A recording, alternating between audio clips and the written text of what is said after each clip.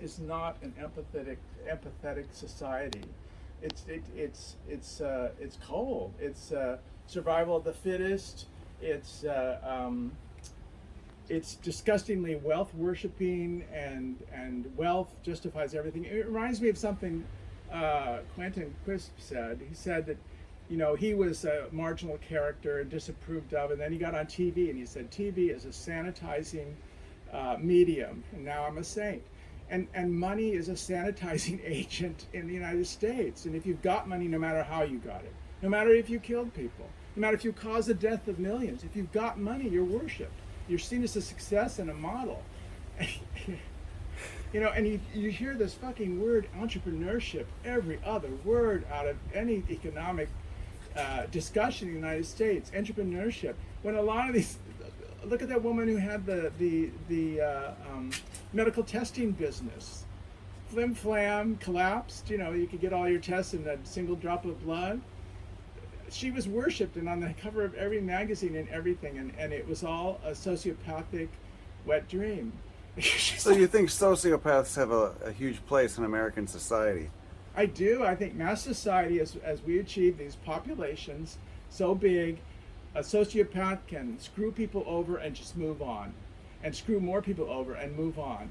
Whereas when you had low population and small, tiny communities, the sociopath got pegged and was known. You can't trust that guy.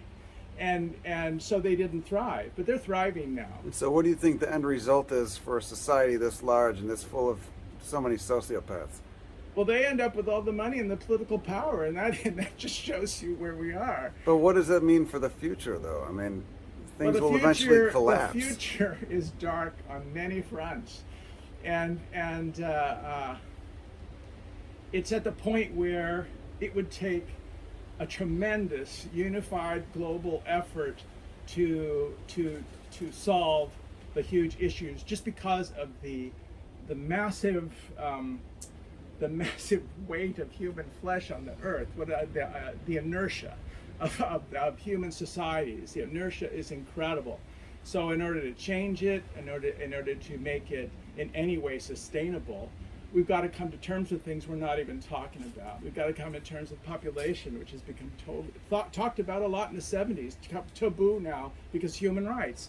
But what about earth rights? What about having intact ecosystems? What you know? I do like how New Zealand called a place or a river, gave it the rights of people, and so that it could be defended, because otherwise it's just raw materials for a capitalistic grist mill turned into gray goo, slop, and poison.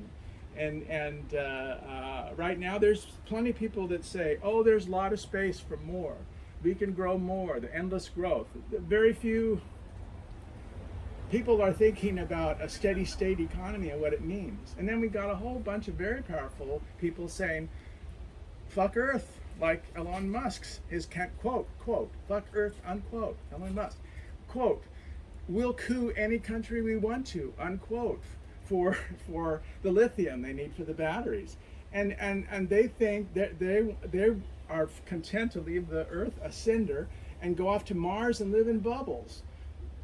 That sounds like a sociopathic belief. That sounds completely insane. It is insane. And then on the moral front, we don't deserve another planet until we know how to conserve this one.